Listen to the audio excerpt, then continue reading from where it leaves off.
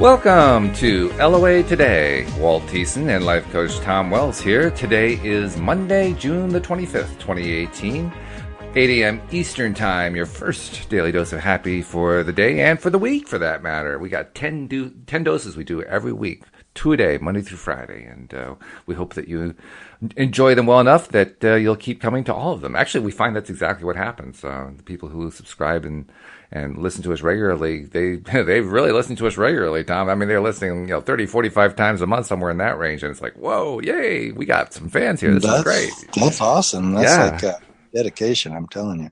So that's beautiful. I mean, if you're one of the new listeners and you haven't subscribed yet, the instructions on how to do that are right on the homepage. It's really easy. It takes about a minute. It's free. Doesn't cost you anything. And I tell you, people who listen, they love it so much. I mean, it's become a part of their daily lives. So, try it. You're going to find that it really helps pick you up. It really is your daily dose of happy. So take a moment to do it, and then share with your friends the fact that you did it, that you decided to subscribe. So, Tom, how you doing? How was your weekend? Oh, it was good. It was real good. I went to a big party with a bunch of old friends and spent a lot of time with my new partner, the same woman I've been with for a while, but now I'm calling her my partner. But no, it's really, really good. A lot of good changes, a lot of good insight, a lot of good realization, clarity, and fun. And it did get cold yesterday. It was really cool. It actually, for the first time this summer, and not the first time, but hadn't been cool in a while. And this week it's going back. It's going to actually go to 100.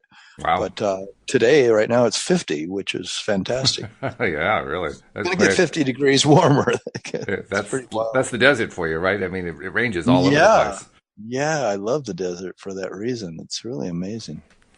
We get that in New England, and we start, rolling our eyes like, well, that's New England weather. Just, if you don't like it, wait 10 minutes and it'll change. But oh, is that what they say up there too? Oh, yeah, that's the catchprise. I didn't know that. They say that so many places. I know, yeah. Well, that's U.S. weather. U.S. weather changes a lot.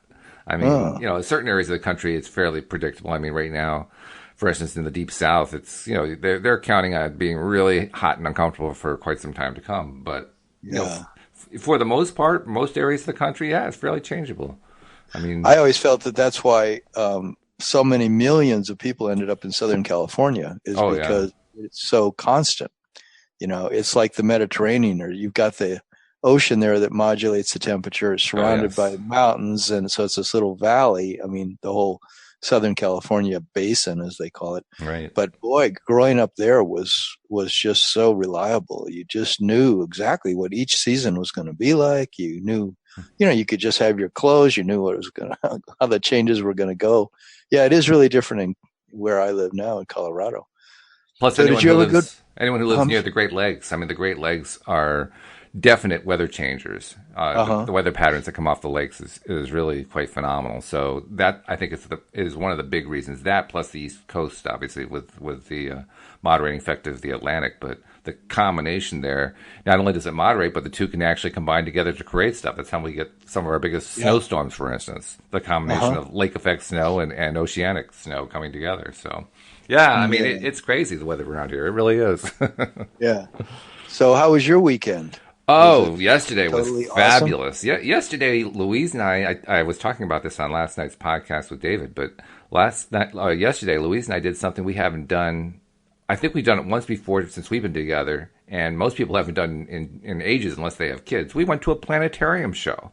Those are fun. We went to Boston to a planetarium show at the Hayden Planetarium, and nice. Their facility is very nice. They did a complete reconstruction redo of the planetarium facility, and it was just in really great shape, and it was a good show. I mean, boy, the shows have changed since we were kids. I mean, when we were kids, right? You go to the planetarium and there'd be the projector would project these dots on the wall. Or on the ceiling, rather, and the guy with the pointer would be pointing to, that's Jupiter, and this is Venus, and so forth. Today it's like a computerized video show. Yeah, it's pretty wild. Quite different what they do now. And I like the Pink Floyd ones. The Pink Floyd ones? Have you seen those? No, I haven't. It's a common planetarium show. Is this whole galaxy, beautiful universe visual thing that to the music of Pink Floyd. And I'm imagining that. Yeah. Can't go wrong with that stuff. I don't know. But Pink I Floyd think always used to depress me, so I think I probably could go wrong with it. But oh, hey, if you okay. like Pink Floyd, sure, that'd be great. They used to depress you. Yeah, no, I just love Pink Floyd, or I used to. I mean, now I listen to the lyrics and even the music is. I realize it's not as incredible as I used to think because there's so much good music that's similar that's out there now. That's all I listen to, like all day long. I mean, I've got that kind of music on Spotify. I just love it. Anyway, Hey, that's great if that's what floats your boat. I mean, it floats my boat. Walt, don't make fun of me. I'm not. I'm just saying that for me, I'm kidding. when I hear, there is no pain, you are receding, I say to myself, that's not really the message I want to hear. Yeah, really. Yeah. We don't need no Yeah, right. education. I love that song because I was so anti-school. Yeah, I hear you on that one. I definitely hear you on that one. But no, actually, it was a great weekend. Not only did we go to the planetarium, but if you're in Boston, it's like a legal requirement, state law. You have to go have seafood, and Oh, so we were on a seafood diet basically for the day. wow. And I you didn't saw know the that. food and you ate it. That's the seafood diet, right? You seafood, you eat it. Wow. I Well, lived well, there for a whole year and never had any seafood. really? Oh, Well, I wasn't eating meat. I wasn't eating any kind of I animal. see. Nothing Yeah. that had eyes that looked at you or Oh, anything. I understand, but well, they chop it up for me. I don't have to look at the eyes. No, I know. I know. But yeah, oh, it was lobster roll and clam chowder, and oh, it was just pure New England seafood. It was really great, really really great. Yeah. Mm, Sounds awesome. yeah, Especially when you grow up around that stuff and you love it, right? yeah. I mean, I actually grew up in upstate New York, and we did have some access to seafood there. But when I moved to Connecticut after college, except for those 11 years in Virginia, pretty much most of the time I've been in Connecticut. And yeah, you get really exposed to seafood, and you get a little bit finicky about it. I mean, I I was bet. never terribly a finicky kid growing up because my mom's cooking was never all that great anyway. So I ate whatever I could get. But Yeah, you hope your know, mom doesn't listen to this podcast. no, not really. Well, actually, she'd probably agree with me. And she'd go further to say, she is so glad she's not in the kitchen anymore. But no, I mean, it's not like she was a bad cook. It's just that she wasn't really skilled at putting spices together and all that kind of stuff. So Hmm. the cooking was rather bland. But and I guess for kids theoretically that's a good idea. But anyway, yeah, when I got to Connecticut and after I met Louise, who's really a very good cook, my I don't know what to call it. My willingness to put up with inferior seafood diminished. Hmm. I Hmm. mean, I've gotten to be something of a connoisseur on it, and like clam chowder, that's my barometer, so to speak. If I go to a restaurant, I'm checking out the restaurant for the first time. Yeah. I'll try the clam Yeah. chowder. If the clam chowder is good, the rest of the food is probably good. And I found that Wow. rule to really be true. But you travel outside of the New England area or outside of the Northeast, all of a sudden the quality of seafood flavoring and seafood preparation just plummets. It's really something. I mean, Hmm. seafood in New England really is well done. I mean, they just do a great job. And I think it's because, the seafood is a main staple in New England. So, of course, the Sure. chefs are going to try to develop that to the best of their ability. Sure. They got a huge history. Absolutely. Yeah. Well, I could talk about seafood for the whole hour, but Oh, you could? well, we better not. But well, because my ex-wife was owned a seafood restaurant and a seafood Oh, store no in Colorado kidding. Oh, I Springs. didn't know that. So that's when I got introduced to seafood in a big way by being with her for 15 years. Yeah, yeah. So I could go on and on about how you select your fish and all that stuff. But let's not, Well, because I'll that's just ask not you why one people thing. tuned in. Just one. No, it's not. But they did tune in for their daily dose of happy, and I have to say, at least for Okay, me, so seafood is a happy. There's no doubt about it. So I just got to ask you one thing. What's your favorite seafood dish? well, I'll tell you the best thing I ever had. Okay. It was a big hunk of grouper in Miami Beach at a really nice restaurant, Mm-hmm. and I never knew what grouper was. I mean, as Oh. far as how good it was, Ah. and it just blew my mind. I can still think of that today. And I think the other best thing I've ever had has been sushi, because I just fell in love with it in the 80s, or when was that? Yeah, I think it was the 80s. And yeah, and it just became like this. Wow, that is really good stuff, you know. And you put wasabi on it and soy sauce, and Yep. I don't eat it as much anymore because there's a lot more fear today about what's in fish, you know. But I still really liked it. So, but I could always love a really good piece of fresh wild caught salmon or Mm. a seared ahi tuna. You know, they're just barely seared, and you know that's fantastic. Melts in your mouth. How about you? First of all, I decided a number of years ago not to be afraid of the fish. So, I just Oh, I don't even think about that anymore. okay. And, Yeah, no, it's fine. You're going to live to be 200 or something, right? Can't remember, but it was really a long time. yeah. But what's So my you don't favorite? need to I don't know worry. what my favorite is. I mean, there are a few kinds of seafood that I just don't eat just because I'm not really crazy about them. But Hmm.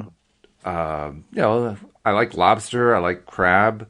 I like clam chowder. I like the main ones. Yeah. And by main, I also mean Maine. Okay. Yeah. Maine Yeah. lobster is no disrespect to Boston, but Maine lobster is the best in the world. Okay. And I think That's what I've heard. it's because of the northern climb. I mean, lobster is best in the spring, and it's best when it comes right from cold water, and Okay. that's exactly what Maine has. So as a Okay. result, their lobster is just, it's just amazing. I Huh. mean, you add some clarified butter, and you don't need anything else. You don't need a rest of a meal. It's just that's it right there. Sit on Right. a Right. picnic bench Right. and you're done. No, I know people who love lobster. That's my stepson. That's his go-to thing. No matter when we'd go out, you know, oh, can I get the lobster? Okay. I You know. remember when we were in Seattle. I decided I'd never had king crab, so I decided to have king crab, and it does taste very much like lobster. I mean, it really looks like lobster that just is shaped wrong, but but Just deformed lobster. it's deformed lobster. That's it. Yum. I love eating deformed fish. Yeah, right. So I don't know. Lobster is definitely going to be near the top. I mean, very often when we go out for seafood, I'll have a lobster roll just because it's especially if it comes with clarified butter. There's Yes. something about that. I don't know what Yeah. it is, but there's something Yeah, about I chunks of know. I lobster know. dipped in butter that just God, it's Yeah, oh, I know. delicious. It's to die for. Anything, Ugh. but of course, I can eat anything dipped in butter, and it's to Well, die for. there's that too. But Yes. lobster is, I know lobster's amazing. I just never got into cracking it open or Oh, anything like I've that given up on. I because haven't. I didn't grow up with that. You know. Oh yeah, yeah. Well, it was pretty traumatic the first time I did it, but I've gotten to the point now I just let the chef do it. I don't even bother with that. I just eat the Oh, meat. oh, I see. Well, that makes it really easy. Oh yeah, yeah. Yeah, Yeah. why should you have to do all the work, right? Some people like doing all that and sucking the marrow out of the bones and Not everything. for me. No, thank you. Yeah. And Right. when I want to have an enjoyable seafood dinner, I want to enjoy the whole thing. I don't want to have to Well, I fight didn't for even it. know you could have the chef do it. See, that's how. Oh yeah. Oh yeah. Well, So I that's what a don't really lobster roll know. is. A lobster roll is all Well, the yeah, I've had lobster rolls. Yeah, yeah. but of So course, yeah. But I it's didn't all know that yeah. you could go order a lobster and the chef would crack it open for you. Well, usually like a lobster tail. Uh-huh. That's what lobster Okay. tail is. Lobster tail is where they cracked it open for you. Okay. Well, see, Yep. I'm learning something even There more. you go. Yeah.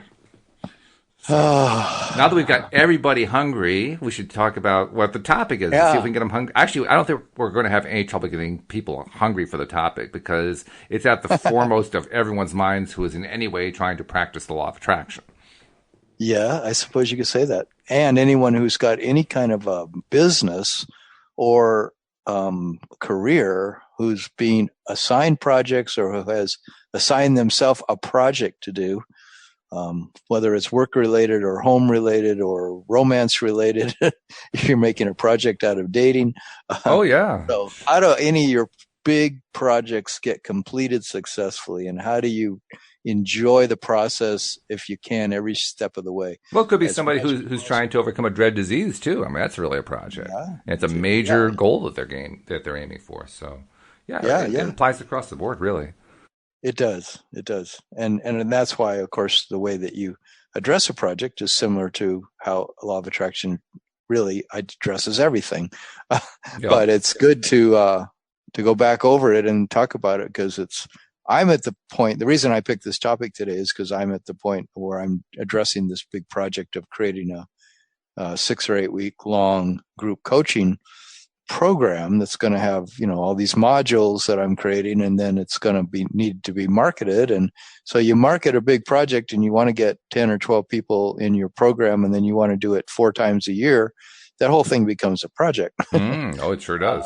Especially creating the content. Right. And then the marketing is still a big mystery to me in a lot of ways. So how do I not think of that whole thing as, oh my gosh, I've got this on my shoulders, or this is a big deal, and where do I begin? Or, boy, I better get all my ducks in a row so that this is all going to unfold the way I want it to. And I was looking on the website of the group training that I'm part of to learn all this stuff, and someone on Facebook had posted a picture so that everyone else could see what she had just ordered and put on her wall, and it was about a 6 foot long by 3 feet high, giant plastic coated chart of like 3 months.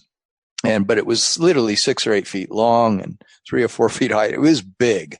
And you could write on this with a erasable marker. So she could then see the complete development of her whole project from beginning to end, of her group coaching project.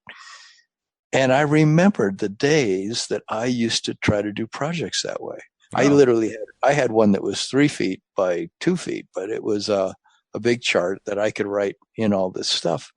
And to me, projects had to be approached as a giant, huge undertaking that the smartest way you could get it done was by mapping out everything on calendars, and then once you put a date on something and that date's coming or that date's there, you better be getting that done or you're not going to be in sync with your unfolding project. It's funny when you're talking about that. It reminds me of something that programmers do. Computer programmers will often create what is sometimes called a mind map. It's one of these little diagrams, right, where you put little balloons, little circles, and each circle has like a thing to be done, and then they're all connected by lines. So you have like this, this thing going on like that.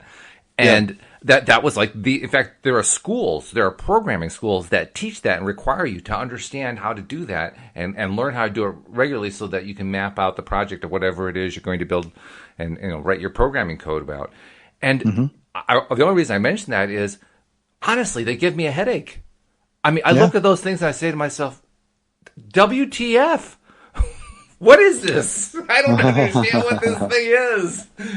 Unless I'm the one who put it together, I don't get it. And there's something about those kinds of things that when I look at them, they just don't make sense to me. Write something out in text, man, I've got that instantly. But put it into that kind of a mind map thing and I get lost. Yeah. I got 2 books on mind mapping over the last 10 years. And they both came. Anyway, I got 2 books on mind mapping and I studied them and I got good at mind mapping. And so if I had a big, all my big projects, which I was constantly trying to do, especially the last 10 years of creating a new business, I would make these mind maps. And I agree with you. In so many ways, all the things I used to do, from big charts to writing it out on a paper, to putting it all on the computer in a spreadsheet, to every way of saying, this is how I'm going to get this project done. I'm going to be so organized that I will see it all and I will do it in the right sequence and I will get it done and I will be successful, has not been my ticket to success at all. I hear you. It's been my ticket to frustration and feeling that the weight of the world is on my shoulders and I have a whole lot to do that then becomes overwhelming. And now I'm not putting down people who can do that, because I think there's some people who pride themselves on their ability to knock off a list of things and to have it on a really great spreadsheet and to be able to see it all and to make it happen. And they literally teach workshops in it, which I'm fine, and I'm amazed in a way these days at how many people in all the different seminars and things I take, and even one of the main topics that people choose to teach other people is how to be super efficient and effective at outlining your project and then accomplishing it step by step in a methodical way and organizing your time and being constantly attentive to doing the right thing at the right time and getting it done. And to me, I just cannot live that way at all anymore. And it's not how I want to accomplish any of my projects. I hear you. I'm exactly the same way. And I used to use lists. I mean, there was a time where I would do, we talked about segment intending. Well, you can also kind of break up your day in terms of breaking it up into mini days. I think that's what they used to call it. So your mini days are like, 8 to 10, 10 to 12, 12 to 2, and so on and so forth. And for each one of those mini days, you attack whatever it is you're going to get done in that mini day. You finish the mini day, you go to the next mini day and do the next project, that kind of thing. And that drove me nuts. I couldn't get anything done that way. In fact, if I look at a list that I put together of tasks that I know I have to get to, and I try to put them in order and then work them in order, I kill my motivation so fast that I never get through the list. The only way I can get through a list is I put the list up and then I look at the list and say, okay, which one do I want to do right now? I want to do that one. Okay, I'll do that. Yeah. That's the only way I can get through a list. That's me too. Really? Me too. And well, I have these little pieces of paper that are like 3 inches by 5 inches, and I write at the beginning of a day. Sometimes, not every day, I write a list of the things that are on my mind because I want to remember. Well, what is it I want to get done today, and what's the most important? So the only things that go on the list are the things that I think are really I'm going to get them done and they're important. Then, and I will almost make that list like Monday morning or Sunday afternoon, or I'll make it on Thursday, whatever, but it'll cover the next 3 days. So like I'll put Thursday, Friday, Saturday, and then, or I'll put just the day, Thursday, or Monday. And then I'll put sometimes a time block, like you said, like I'll put a mini day, I'll put 10 to 12 or 12 to 1, that I'm going to do a particular thing. And then I can pretty much stick to that and make it work. But I notice that it is exactly what you said. It is probably the main motivation killer is once I make that little list. Yes. And then because it sort of puts it in this realm of like have to do stuff, like this is right. What I have to do. Yes. And it's also in the list of like, it's no longer a spontaneous event of occurring because I'm enjoying my life and I'm just sort of, I think I'm going to actually go out and work in the garage and do some decluttering for a while. And then or I think I'm going to, work on my project with creating my group coaching. And because I'm inspired to think about this, creating my niche, I want to sit down and work on this niche idea. That's so different than putting on my, list, 1 to 2, declutter the garage, 2 to 4, work on finding my niche. And then what I find is I still often have that same list that I made on Monday morning. It'll be there sitting there on Thursday and I'll realize, well, I did 2 of those things. Right. Exactly. Well, that's what happens. Yeah. I mean, it's crazy because when you you described it really nicely how, okay, I see I'm going to do this at this time period, this at this time period, and this at this time period. And now I feel like I've taken all my power away from myself because I look at that list and I say, well, now I'm locked in. I don't have any choice in the matter. And that's when I start to feel depressed about it because I don't feel like I have any control anymore. Even though I just controlled it. No, it's not fun at all. And even though I'm the one who's in control of making the list, when I'm all done, it feels miserable. Whereas this is why I like what Abraham teaches, Abraham Hicks. They teach the idea of segment intending. I mentioned that a minute ago. Segment intending is where you get yourself into your happiest state and you go do whatever it is you're going to do next. And I've tried combining segment intending with scheduling, and I can do it to a certain extent, but I found I'm still really not very productive that way. I'm much more productive when part of my segment intending is to look at my list and say, which one do I want to do now? I want to do that one. Okay, I'm going to get really excited. Boom, all of a sudden I'm excited. And if I keep doing it that way, I actually do work my way through the list eventually. Maybe not in what somebody else would consider to be the ideal time, but it always gets done in a timely enough manner.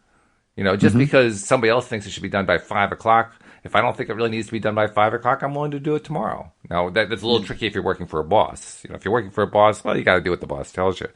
But, if it's your own stuff, and you know that you really don't need to get it done for 3 days, so this 5 o'clock deadline today is really just something you imposed on yourself, that's where I say stop doing that, because it doesn't feel good. It's hard to get yourself into that good feeling place, that high vibration, in alignment place that you need to be in, that segment intending really gives you the best results from. So I wonder how somebody who's working for a boss does get themselves into this place we're talking about, but maybe that's a topic for another. It's actually a good topic, I think. I think it ties in very nicely. Yeah. In fact, I can think of a situation that I really don't want to discuss on the podcast, but it's going on now with Louise's gardening business, and within that context, it's what the answer I think for that context is also, in my opinion, true across the board, which is you're dealing with a team, or ideally you're dealing with a team. Actually, many companies you're dealing with a bunch of people competing against each other. But if the company is in any way well run, the people in the company have become a team to some degree. So you're dealing with a team. And when you deal with a team, it becomes even more important, I think, to segment intend. By segment intend, I mean to get yourself in the high vibrational place. And ideally, you want the team to get into the high vibrational place. Very few companies are willing to do that. But when the team is willing to get into a high vibration place together, that's where you get the true co-creative experience that Abraham talks about. That's where everyone is really contributing, not just their ideas, but their energy, their excitement, their enthusiasm. And then you can feed off of each other that way. So a company is actually an ideal location to do segment intending with the everybody getting into alignment thing. Now, of course, what you run into is many companies, no, they don't even want to bother doing that. Get into alignment? What the hell? Are you crazy? That's a bunch of nonsense. We got some work to do here. Yeah, and most companies accomplish it by giant spreadsheets. I mean, of course, yeah. So you have project managers who have to be really good at that. So you don't get the advantage of the team building the energy together. But that doesn't mean you can't get yourself into alignment. It's a little bit harder. It's not as easy as when you're doing it as a team. But hey, we all have to learn this anyway. We need to learn how to get into alignment, not just at work, but anywhere. I mean, adverse circumstances are just part of life. So it's a really good skill to learn. Yes. And how to sequence your activities according to what feels best. And that's sort of like the essence of accomplishing a big project.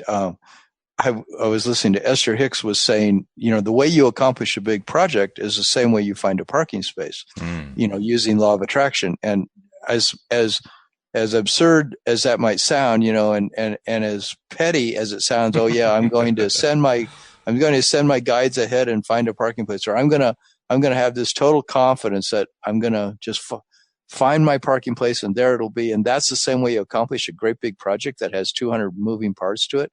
Well, what she said is that she was at a film festival with all these friends of hers. And I think it was, a bunch of girlfriends, and they were in a car together, the four of them. And they had to drive to different venues around town that whole weekend to go to different films where they were being shown. And so they each, then, the entire town was swarming with people, and parking places were at an absolute premium. Mm-hmm. And so the four of them were all law of attraction enthusiasts, and they would get into the car and just get all giddy and playful about their next parking place. And so she said everybody was so relaxed, laughing so much, having so much fun, that they just each time found a most perfect parking place right in front of the venue that they were going to. And they were just like rolling with laughter because it just worked out so well. Yeah. And she's saying that's how you accomplish the biggest, most intense projects you can imagine, is you have this complete faith that it's already done for you. Yeah. That parking place, that project is already done in your vortex. Source knows exactly every single step for you to get there, but not only knows every single step, but knows how you are going to have the most fun, the most creativity, the most, synchronicity, the most meeting the most amazing people, and doing it in a way that it's going to be creative. And it's going to produce a project that is going to be inspiring to other people, beautiful for other people, beautiful for yourself, and you're going to have fun every step of the way. Mm-hmm. Now, and that's a tall order. If you were trying to do it, if I was trying to give myself that experience, and yet that's what's possible when we totally give it over. It's true. To knowing that it's already created. Yeah. Oh, yeah. And I know we've both experienced that in our lives. I'm sure many of our listeners have experienced it in their lives. It really is true that when you get in that place, and it does take some work to get there, but once you get there, boy, things happen, and things happen speedily. I mean, just bam, all of a sudden stuff's right there. Like, whoa, this is really amazing. So, I mean, that's why we do the Daily Dose of Happy, because I want to help encourage people to get into that place once you're in that place, and if we can help you get there, that's great. Once you're in that place, I mean, I do it for myself. That's why I do the podcast. And I'm sure you do too. The podcast is a way for each of us who do the podcast to get ourselves into the higher flying places. And once we do, things happen. Amazing things happen. So, I mean, yes, to me, that's what life is. Life is learning how to get into that high flying, high vibrational, really good feeling place as often as possible and staying there as long as possible, because that's when good things happen. Yeah. And even if you're working for an employer, you know, I think that probably the best thing to do is to say, I know this is going to work out the way I need it to work out, and I can have fun doing this work. I'm going to have fun doing this work, especially if you have leeway to make choices in your job, and everybody pretty much does, you know. So we can go into any situation having this faith and this trust that this thing is already created in our vortex, because if we have that longing for it, or just that we know what we don't want, then what we do want's created. If we know what we do want, then what we do want is created. And so Source is constantly offering us, you know, suggestions and ideas and people and possibilities. And it's all just a matter of what we're putting our focus on. But the thing that we tend to do is put our focus on what hasn't yet manifested. You know, we get into, well, yeah, I want to have this great group coaching program that I've created, but I'm just at the very beginning of trying to define what my niche is and what my modules are going to be about. And I've got to get it all the way to having it marketed. And I've set a deadline for September 15th, and I want to make money with this thing. And, you know, there's so many complications we can bring that are conditional. Oh, yeah. And so we're looking for, well, you know, prove to me in this moment that I'm going to be successful at this. And what Abraham Hicks says, you know, you got to know that you are already successful, and look for the fun that's being offered to you as your journey. You know, your Source is offering you a fun way to get there. And now it's just, can you relax enough to trust that I'm going to get into the feeling of it already being accomplished. My project is already a done deal, and I'm going to enjoy the fun of today, wherever I'm at in the project, that I'm going to be showing the right things to do. Well, for people who want to prove stuff, who want to prove that, you know, it really is going to happen, good stuff's going to come and so forth, I fully recommend the Pam Grout books, E Squared and E Cubed, because they are that's exactly what they are. They are books of experiments for you to do to prove to yourself that the law of attraction really works. And if you really want to prove stuff, use those books. That's exactly what they're designed for, and they're great for that. But I have to say, on an ongoing basis, I am trying to train myself as much as possible, as much as I can get myself to do. I try to train myself to stop focusing on all those limitations, to stop focusing on all of those, well, this has to happen, or that has to happen, or why hasn't that happened? Because I know exactly what they are, just what you described. They're limiting thoughts. They're limiting beliefs. And I don't want them in my way. So I just focus on feeling good as much as I can. And even in the midst of dealing with people who are feeling negative and espousing negativity and fighting and scratching or whatever else, I'm looking for, where can I find my happy thought? Where can I find my feel-good place? Because if I can find it even to some degree, it gets better. And then once I find it to some degree, then I can find it to another degree. I can kind of walk the little scale, so to speak. I can get myself there. And then once I get there, that's when interesting things happen. I saw it at the end of last week. We had some particularly difficult meetings we were dealing with. I mean, really, really difficult. Very, very painfully difficult. And I just determined, by God, I was going to make sure that I was in the happiest place I could reach for. And I couldn't always reach for a real happy place, but I could reach for happier. And so I did. And I got myself into happier. And when I did, the mood of the meeting shifted. Now, I can't say it got great, but it shifted for the better.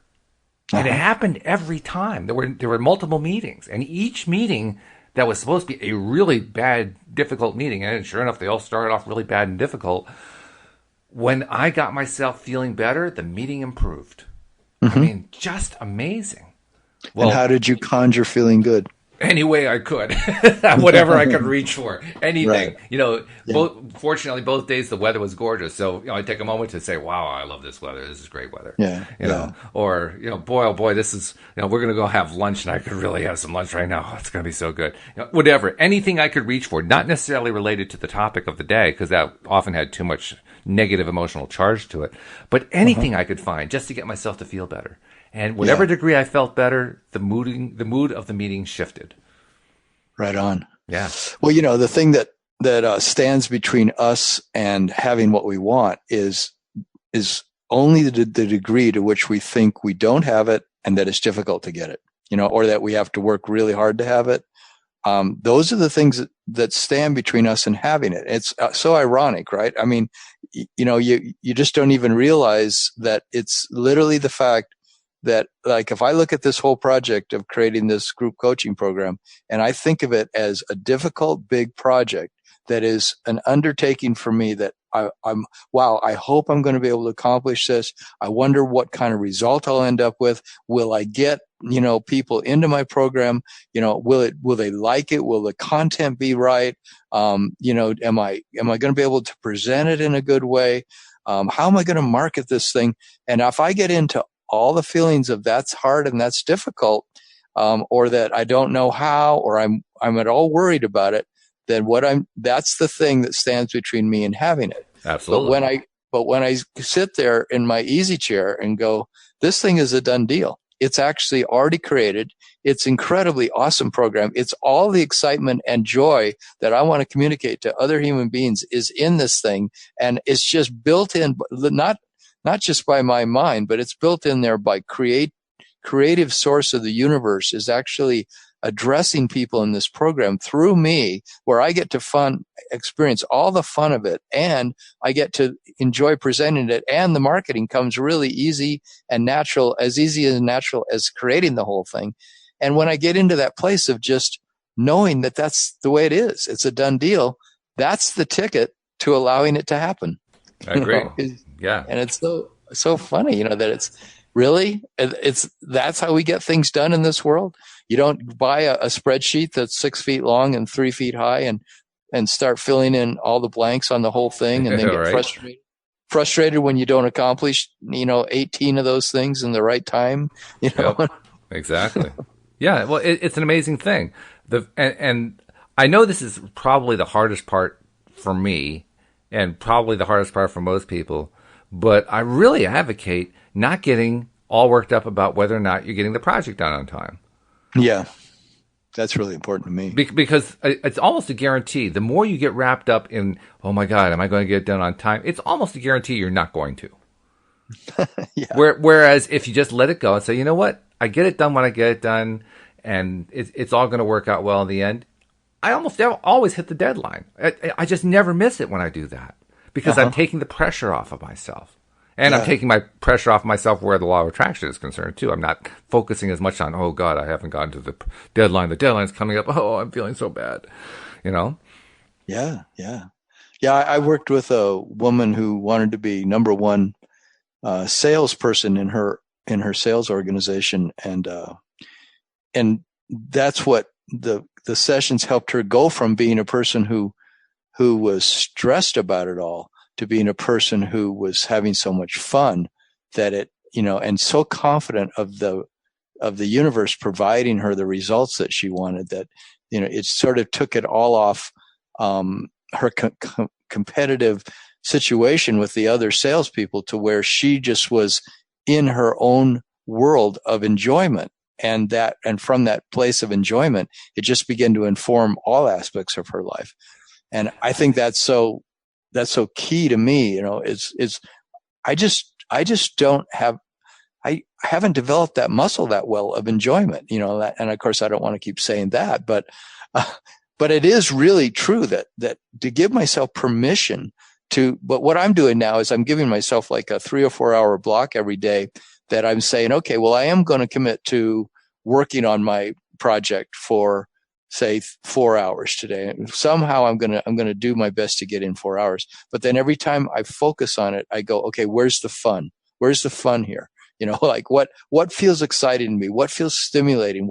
How could I, approach any aspect of this, that what's coming to me, what's coming to me today to approach, and how can I do that in a fun way? What would be easy and relaxing, and where I just know that this whole thing's going to unfold. And what's your experience when you do that?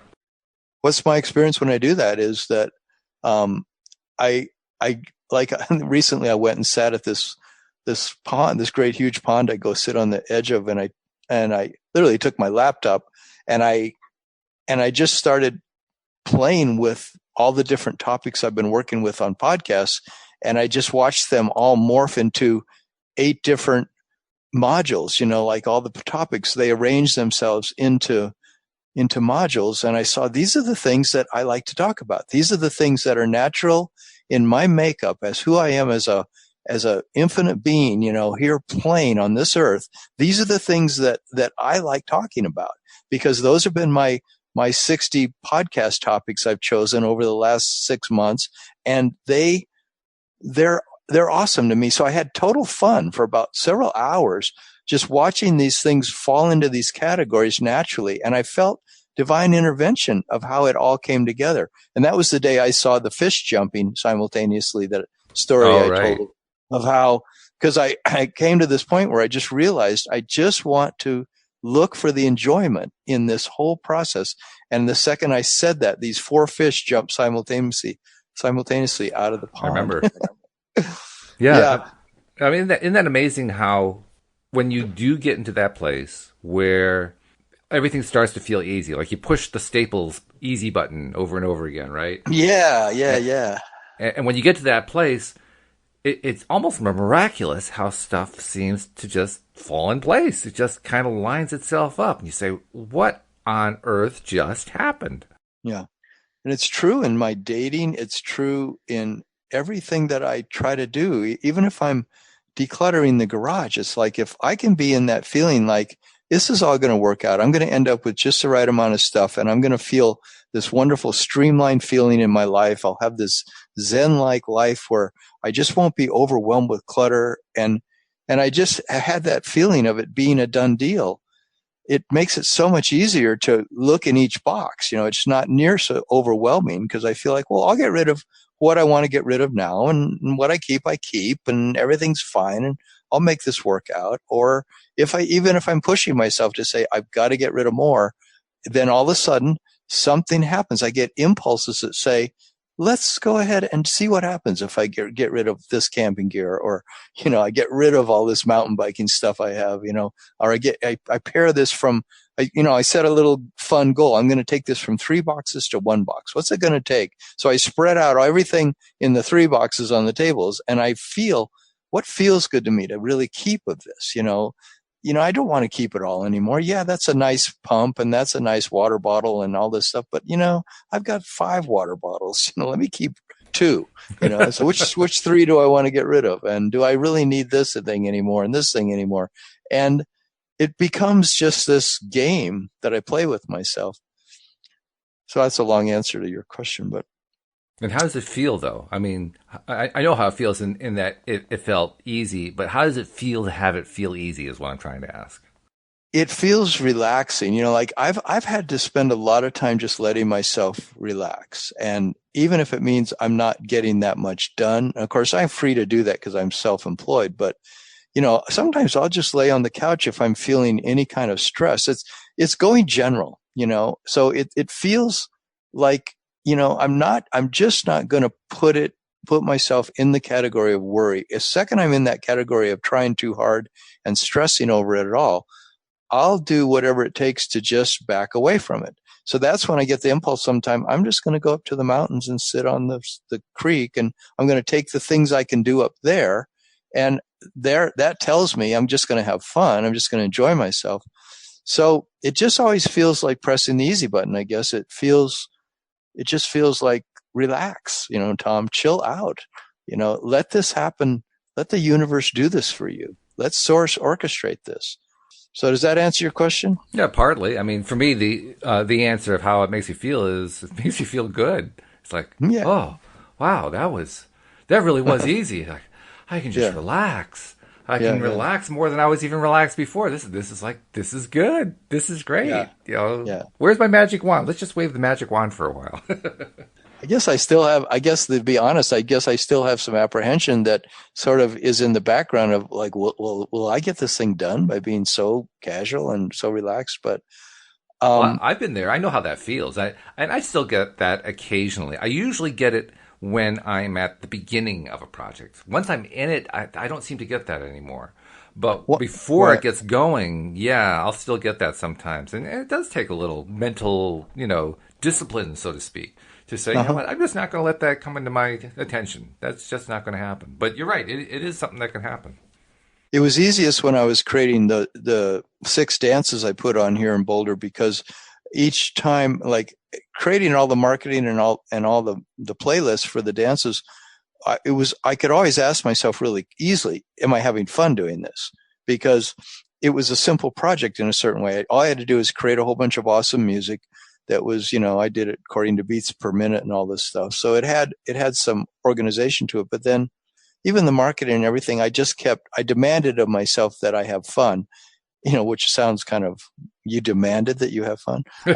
Yeah, No, right. well, but I decided that I would have fun, but I wouldn't let myself do it if I didn't feel good in the doing of it. And that was a simple enough project that it gave me a great experience of what it feels like when I act from that place. So it was sort of like a practice run of creating something so that when I would create projects that, because see, with music, anytime I put on a piece of music, it was fun, and then Hmm. I would ask myself to get up and dance.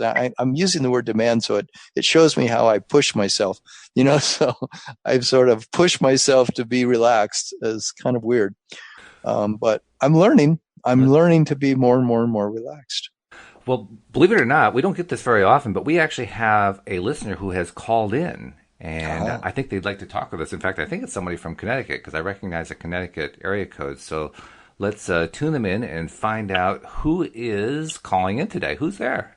Hey, hello, Walt. It's Mike McEwen. How you doing this morning? Mike, how you doing? Mike's one of the Good. co-authors of our book, Your Daily Oh, Dose of great. Happy: Real Success Stories of the Law of Attraction. Yeah, Mike. Awesome. Actually, Louise and I are getting Yeah, ready to see you and Anne Marie on Wednesday. We're looking forward to that. So great of you yeah, to call yeah, in. yeah. Yes, and I want to thank you again for allowing me to be a part of that project. It's amazing to be able to be in a book. I never thought that would happen in my life, but thanks to you, Walt.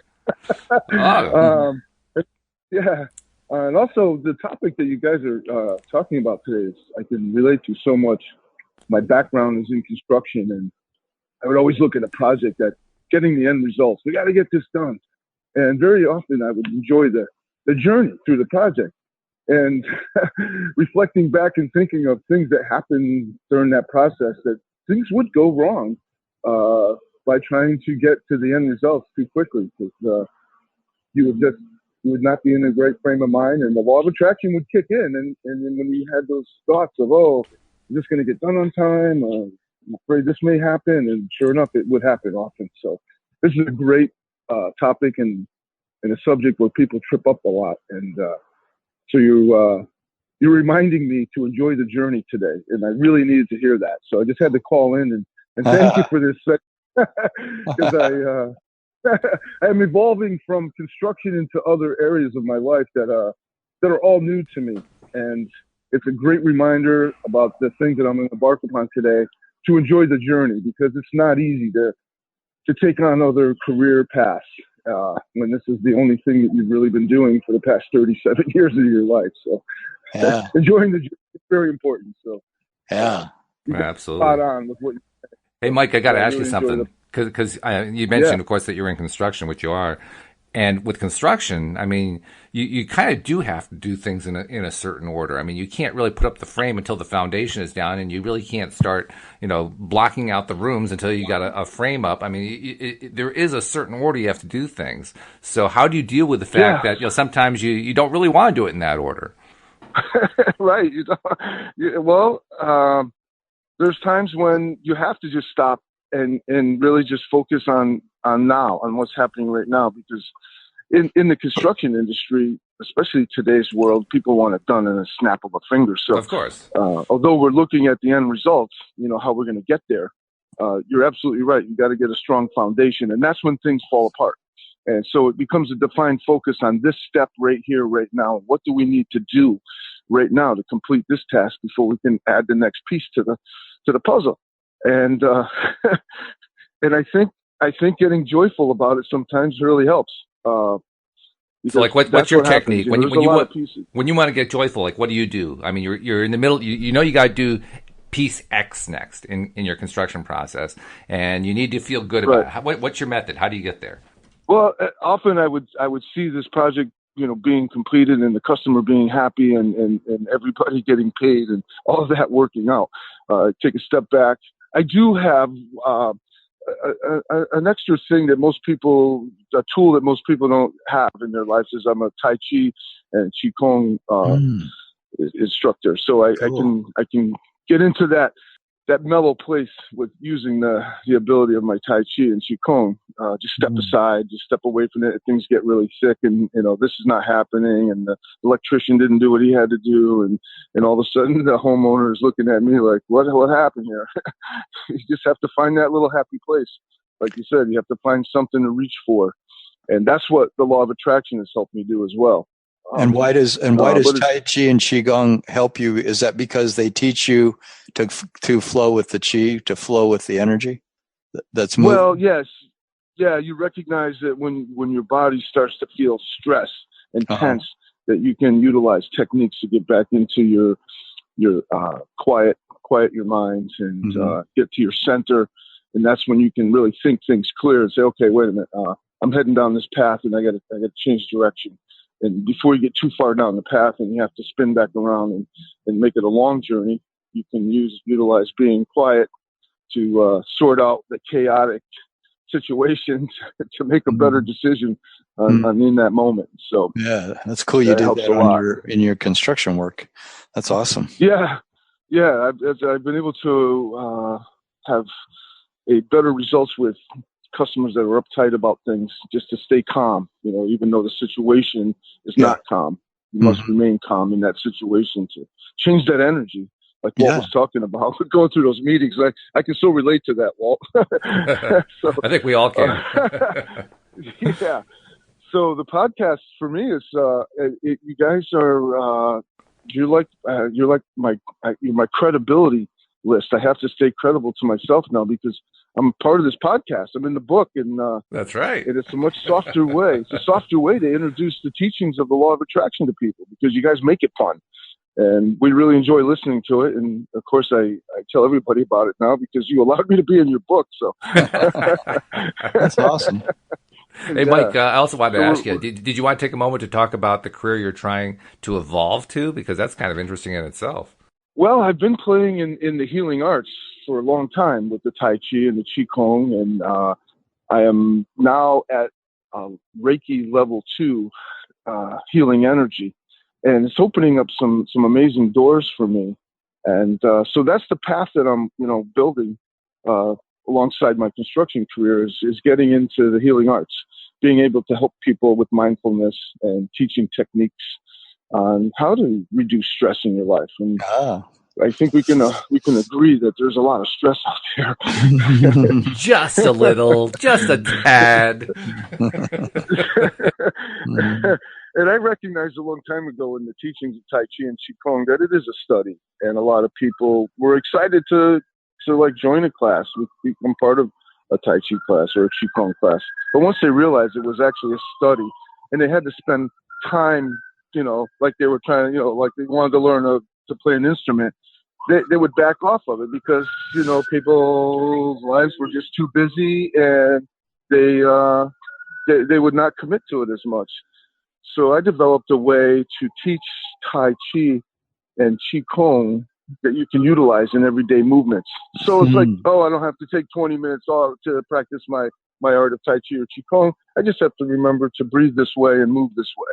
Oh, that's cool. And so I'm getting some really positive results. I just finished up one of my first classes that I put out there to see how people respond to it. So I'll take that data back and tweak it a little bit and offer another class real soon, and just building it that way, and not thinking about so much that I have to turn this into a paycheck because I no longer want to do construction. I just need to keep thinking about, I'm enjoying this journey, and this is bringing joy into my life and joy into other people's lives. So, well, that's just it right as long there. As I keep focused on that. Yeah. That's what I was talking about earlier, how important it is to take the goal out of your forefront of your mind, because we can get so wrapped up on that goal that it actually turns into a negative and drags us down. Yeah. So I applaud you for doing that. I think that's great. Yeah. Well, great. It's a minute by minute, thing sometimes, because you do get. Well, what trips me up a lot is my self-talk. Like I will, sabotage myself with the stinking thinking, I call it, because you build a program and you're like, well, who's gonna want to be a part of this? You just get these weird thoughts sometimes, and you just have to relax and know that the universe will provide you the resources and the people will show up that will help with the project. And I remember when I first started off with this journey, and actually how we met Walt. I was sitting around talking with my wife, and I said, we really like to find a way to reach more people that practice the law of attraction. So we started a group called Step Into the Vortex, where we gather and have discussion about the law of attraction. And that's actually how Walt met us. Yeah, I found your little piece online. Yeah, and that's how I met you guys. That's right. Yeah. And it was like we just relaxed, and 3 or 4 people were showing up, and I'm like, oh boy, this is not really working out that well. But it really was working out that well because Walt found us and opened some new doors for us. So thank you, Walt, for going out there and being a scout and looking for other people to help out with this. Well, thank you for putting the message out. Showed up at the right time. You had to put the message out for me to find you. It works both ways. We were co-creating on that. Yeah. So this is a great thing, and the podcast is. I enjoy the way you guys deliver your information. It's a little bit softer than just going online and plugging into and I love listening to Esther Hicks and all those stories, but sometimes it's you have to really focus, and this you focus, but you guys keep it light and fun, and you add a lot of laughter to it, so it's really enjoyable to listen to the podcast. Just want you guys to know you're doing a great job. It's a lot of fun. Thank you, man. And I love telling people about it, and it's actually a great way for me to introduce this to other people. I'm a part of this project, and I talk to people about it, and I seem to be getting more results with that. So this is great. Well, thanks for sending the listeners enjoying the journey. Yeah, thanks, Mike. That's really great to hear. Thanks for listening. Thanks for sending the listeners our way. And Louise and I are looking forward to seeing you and Anne-Marie on Wednesday night. We're going to go out and have dinner together, and that's always great. Every time we do that, we close a restaurant. Yeah, we're going to close a new one this week. That's right. Yeah, I'm excited for that. Well, I got to get back to enjoying my journey. I just thought I'd call in and say, hey guys, and keep doing what you're doing, and we'll chat soon. Okay? Sounds great. Appreciate it, man. Thanks for the call, nice. Mike. We'll talk to you again. Now. Bye-bye. Okay, bye-bye. See, that just lifts you right up. You get a listener calling in, right? Yeah. It's so much fun. Yeah, it's so great. You get a whole other person's perspective, and God, I love hearing other people talk about it too, because and both Mike and Anne-Marie are really great people. They're very positive. They're fun to talk with. I mean, the 4 of us get together, and we've had 2 meals together in restaurants, and we've closed both restaurants so far. And, no, I'm serious. I mean, to the point where they wanted, like, are you guys going to leave sometime soon? Yeah. You just love your conversation. Exactly. Yeah. So, and we love doing the conversation here on the podcast. That's a good sign. Yeah. I know we run out of time on this thing all the time. I know. Well, we've just run out of time again. I mean, it's happened once more. But before we leave, I wanted to give you a chance. How did somebody reach out to you? Because sometimes people need to have like a little personal attention. How do they get some personal attention from you? Yeah, they can go to my website, which is called youarejoy, youarejoy.com, and sign up for a free session with me and see if you enjoy it. And if you do, we could do more coaching or not. Whatever's in the flow for you. Sounds great. Tom, we'll see you again on Friday. All right. Awesome. Thanks, Walt. Yep. And we'll see you all next time here on LOA Today. Goodbye, everybody.